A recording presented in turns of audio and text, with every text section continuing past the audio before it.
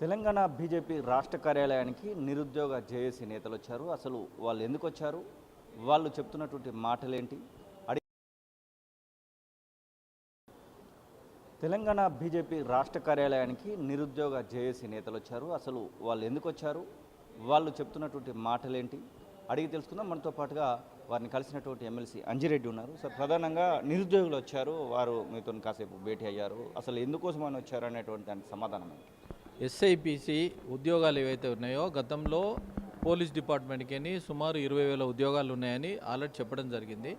20,000 ఉద్యోగాల కోసానికి చాలామంది ప్రిపరేషన్ అవుతూ ఉన్నారు.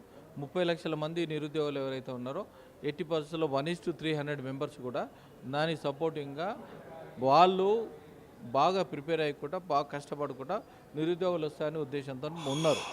దానికి కాంగ్రెస్ ప్రభుత్వం ఏం చేసిందంటే 5,000 ఉద్యోగాలు ఇచ్చారు. మరి ఇంకా 15,000 ఉద్యోగాలు ఎప్పుడు ఇస్తారు? వాళ్ళు కడుపు పండి ఈరోజు జేఏసీగా ఏర్పడి మొత్తం అందరూ ఈరోజు కూడా మీరు అశోక్ నగర్ అయినా దిల్సుఖ్ నగర్ అయినా ఈరోజు ధర్నా చేయడం జరిగింది. అశోక్ నగర్ కూడా మొన్న కూడా కంటిన్యూ ధర్నా చేస్తూ ఉంటే వాళ్ళని తీసుకుపోయి అరెస్ట్ చేస్తూ ఉన్నారు. ఒకటే అడుగుతూ ఉన్నాం, వాళ్ళు ఎందుకంటే భయభ్రాంతులు అవుతూ ఉన్నారు. పోలీసు ఉద్యోగం రావాలి, పోలీసు ఉద్యోగం లేదు, కేసులు అయితే మాకు ఇబ్బంది అవుతాయని భయభ్రాంతులు ఉన్నారు. అందుకోసానికి భారతీయ జనతా పార్టీ నిరుద్యోగ భరోసా ఇస్తూ ఉన్నది. ఎందుకంటే మీరు ఇచ్చిన మాట నిలబెట్టుకోండి. అదేవిధంగా మీరు చూస్తూ ఉన్నారు, మేనిఫెస్టోలో పెట్టిన 2 లక్షల ఉద్యోగాలు ఇస్తాను. అసెంబ్లీ సాక్షిగా బట్టి విక్రమార్క గారు ఏమన్నారంటే ఒక 1 ఇయర్లో ఉద్యోగాలన్నీ 2 లక్షల ఉద్యోగాలు ఫిలప్ చేస్తూ ఉన్నారు. అదేవిధంగా మీరు ఏమన్నారు 67,000 ఉద్యోగాలు ఫిలప్ చేసినామన్నారు. బ్యాలెన్స్ 1,37,000 ఆ ఉద్యోగాలు ఫిలప్ చేయమన్నారు. అదేవిధంగా ఎస్ఐపిసివి ఏదైతే ఉందో గతంలో బీఆర్ఎస్ ప్రభుత్వము 10 సంవత్సరాలు ఉద్యోగాలు లేదు, 2.5 సంవత్సరాలు 12 సంవత్సరాలు ఏకదాటిగా వాళ్ళు ప్రిపేర్ అయ్యి 300 మందిని ఎవరిని ఇట్లా టచ్ చేసినా కానీ నేను ఉద్యోగం సాధించుకుంటా అనే రకంగా కాన్ఫిడెన్స్గా ప్రతి ఒక్కరు యువకులు ఉన్నారు. ఇంటికి పోకుండా 10 మంది ఒక రూమ్లో వండుకుంటా 5 రూపాయలు భోజనం చేసుకుంటా ఇక్కడ జిహెచ్ఎంసీ టిఫిన్ చేసుకుంటా వాళ్ళు సాధించడానికి ఉండి వాళ్ళ ఇంట్లో కూడా ఏం చెప్పారంటే నేను ఉద్యోగం సాధించినాకనే ఇంటికి వస్తానే కంకణం కట్టుకొని ఉన్నారు. ఈ కంకణం కట్టుకొని ఉన్నప్పుడు మీరు ఏం చేయాలి?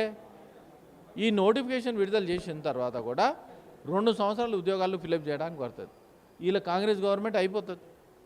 అందుకోసానికే వాళ్ళు ఇచ్చిన డిమాండ్ ఏమైందంటే 2 లక్షల ఉద్యోగాలు ఫిలప్ చేయండి, లేదా ఇచ్చిన ఈ ఎస్ఐపిసి ఏదైతే ఉందో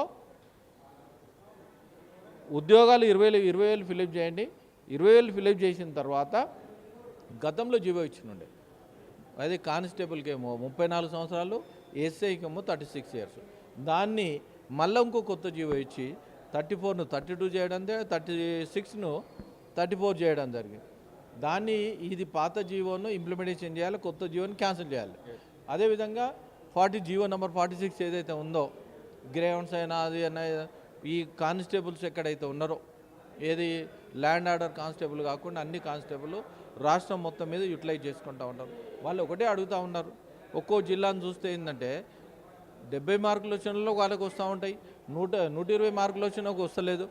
దీన్ని కామన్ థింగ్ చేసి రాష్ట్రం మొత్తం మీద ఈ రాష్ట్రానికి ఎక్కడ అవసరం ఉన్నా అక్కడ పోస్ట్ అయితే ఏఆర్ కానిస్టేబుల్ అని అన్ని కానిస్టేబుల్ దాన్ని యూనిఫామ్గా చేయమని వాళ్ళు అడగడం జరిగింది. దీన్ని ఎట్టి పరిస్థితుల్లో ఉద్యోగాలు వచ్చినంత వరకు వాళ్ళకి భరోసా ఏంటంటే ఉద్యోగాలు వచ్చినంత వరకు ఏలైటి మహేశ్వరరెడ్డి ఎల్పీ లీడర్ గారు ఒకటే చెప్పారు, ఉద్యోగాలు వచ్చినంత వరకు భరోసా మేము ఇస్తూ ఉన్నాం. ఇంకొకటి అన్నిటికన్నా ముఖ్యమైందంటే నేను గ్రాడ్యుయేట్ వాళ్ళ దగ్గరికి వాళ్ళు ఓట్లు వేస్తేనే నేను గెలవడం జరిగింది. వాళ్ళు ఇచ్చిన మాట నిలబెట్టుకుని పేజ్ నెంబర్ 21 ఇచ్చారు. 21లో ఇచ్చిన మాట నిలబెట్టుకోమని చెప్తా ఉన్నాం. నిలబెట్టుకున్నప్పుడు దాన్ని ఇంప్లిమెంటేషన్ చేయమని చెప్తున్నాం. ఇక అంతేగాని అంతకన్నా మించి వేరేది ఏం లేదు. ఎట్టి పరిస్థితుల్లో కార్యాచరణ రేపు ఈ 2-3 రోజుల్లో దిల్సుఖ్ నగర్ పోతాం, అశోక్ నగర్ పోతాం, తర్వాత పెద్ద కార్యక్రమం తీసుకొని ముట్టడి కార్యక్రమం తీసుకొని ఎట్టి పరిస్థితుల్లో ఎట్లా రాదో చూస్తాం. మీరు ఇచ్చిన మాట నిలబెట్టుకోవాలి. ఆ నిలబెట్టుకున్నంత వరకు భారతీయ జనతా పార్టీ ఈ జేఏసీ వాళ్ళకి ఏదైతే ఉందో ఫుల్ సపోర్ట్గా ఉంటుందని డిమాండ్ చేస్తాం. ఓన్లీ మీరు డ్రెస్కు సంబంధించినటువంటి ఉద్యోగాలకు సంబంధించినటువంటి విషయంలోనే పోరాటం ఉంటుందా, లేకపోతే గ్రూప్స్ ఇంకా చాలా ఉద్యోగాలు పెండింగ్లో ఉన్నాయి కదా, అటు వైద్య శాఖలో ఇటు ఇరిగేషన్ అన్నిట్లలో కూడా పెండింగ్లో ఉన్నాయి కదా, వారికి సంబంధించి ఏమన్నా కార్యాచరణ ఉంటుంది? అన్నిటికీ 1,33,000 ఖాళీలు ఏవైతే ఉన్నాయో ప్రతి దానికి, ఎందుకంటే గ్రాడ్యుయేట్ పోస్ట్ గ్రాడ్యుయేట్ ఎవరైతే ఉన్నారో వాళ్ళందరికీ సపోర్ట్ చేసే బాధ్యత మాది.